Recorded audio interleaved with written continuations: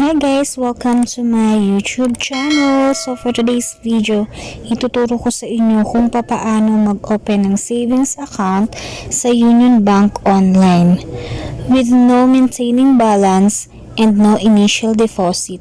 Just for free. Yes, for free. So, intro muna tayo guys.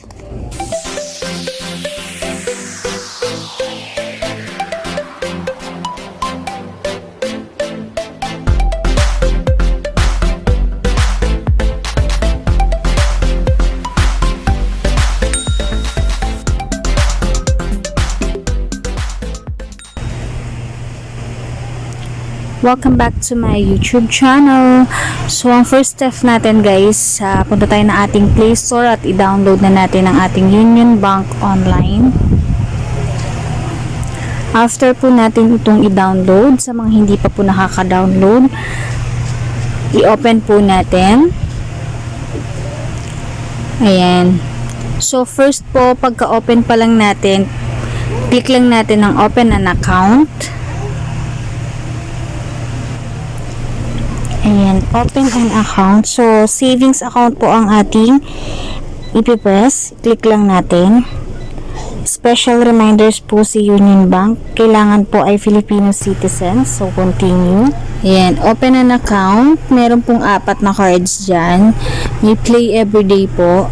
So, sa Play Everyday po, ang nilalaman po nito ay kailangan po initial deposit ay 0, maintenance balance 0, minimum interest po 10,000 per year, interest rate din po niya is 20% tax, at ang card fee niya po ay 500. 45 po per month pwede rin po. Next natin guys, ayan, personal savings. Personal savings ay may initial deposit na 0, maintaining balance na 0, minimum annual interest per year 10,000, interest rate 20,000 tax. Ang card fee niya guys is 350 per year. Pwede rin po siyang 30 per month. Next natin is savings. Initial deposit ay 0, maintaining balance 25,000. Minimum interest nyo is 100,000 per year. Interest rate 20% tax. Ang card fee niya is wala dahil po meron siyang maintaining balance. So next natin, Go Reward Debits. Initial na 0, maintaining balance niya ay 0. Minimum interest niya ay 10,000 per year. Interest rate niya is 20% tax at ang card fee niya ay 500 per year. So, ayan, click na natin ng personal savings. Select na natin siya guys dahil ito po ang ating i-apply kay Union Bank. Personal savings.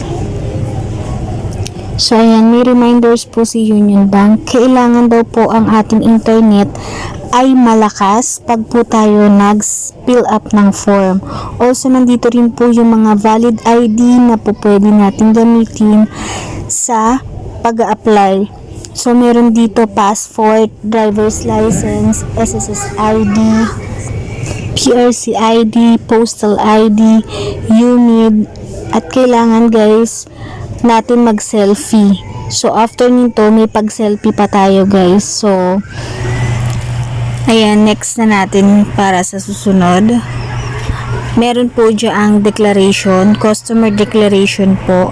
Basahin po natin yung mga important declaration ni Union Bank.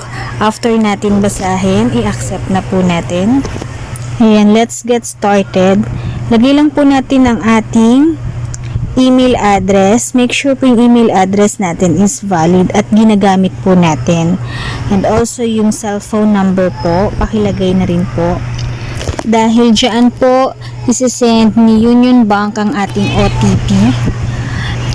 So, ayan, next na natin. After nyan, log in with fingerprint. Nasa inyo po kung gusto nyo na fingerprint or hindi. Sa akin po kasi ay hindi, kaya not now po ang nilagay ko. Ayan, personal information. Nandyan po ang nationality, kung ano po yung nationality mo. Birthplace, civil status, and mother's maiden name. After po nating fill upan, next na po natin. Ayan, dito na po tayo ngayon sa address kung saan po kayo nakatira ngayon. Present address po, ilagay lang po natin yung number ng inyong bahay kung saan po kayo nakatira. And also po, meron po dyang permanent address. Kung isa lang naman po ang permanent ninyo at saka yung present address ninyo, ilagay nyo na lang po yung same as present address. Click lang po natin yung box. So, automatic po yan. Magpo-proceed na po tayo sa ating next. Financial information. So, employment status tayo. Of course, tayo po ay magbubukas kaya self-employed lang tayo dahil personal savings lang po ang ating i-open. And next po natin na source of fund. Ayan, personal savings po. Next, employer business name. So, walang option, kaya nan na lang po. Kung may business name po kayo, ilagay po ninyo.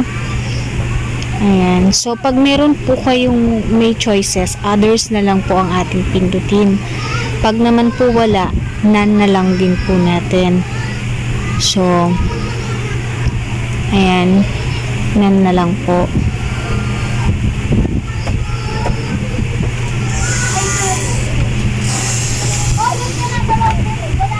ID type, kung may SS kayo, GSIS or TIN, click lang natin alin man dyan. So, SSS. Then, yung SSS ID natin, ilalagay natin guys.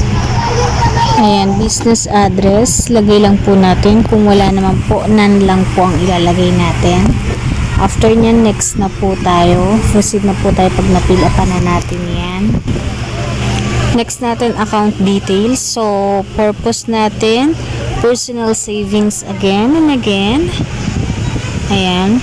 Then, estimated monthly transaction. So, hindi naman tayo pumapalo ng 1 million. Ayan. Wala kasing pinakamaliit. So, 25k lang po yung inano ko. Next natin, US citizen po ba kayo or hindi? So, kung hindi po, ay click lang natin at mag-proceed na po tayo sa ating next. Ayan, upload documents na tayo. So, andyan po kung ano po yung mga pwede nating i-upload na mga IDs. And also, after po nyan, mag-selfie din po tayo. Ayan, nandyan po yung pattern kung paano po yung gagawin natin na pag-picture at pag-selfie. So, got it na po natin. After po natin siyang mapicturan at makapag-selfie, ayan, ang next po natin is signature. So, kailangan po meron kayong 3 signature. So, mag-signature po kayo ng 3 beses. After po natin mag-submit ng 3 signature, ayan. Next natin, review and submit. So, kailangan po nating i-double check yung ating na-fill up na form. At kung mayroon pong mali, pwede naman po natin siyang i-edit.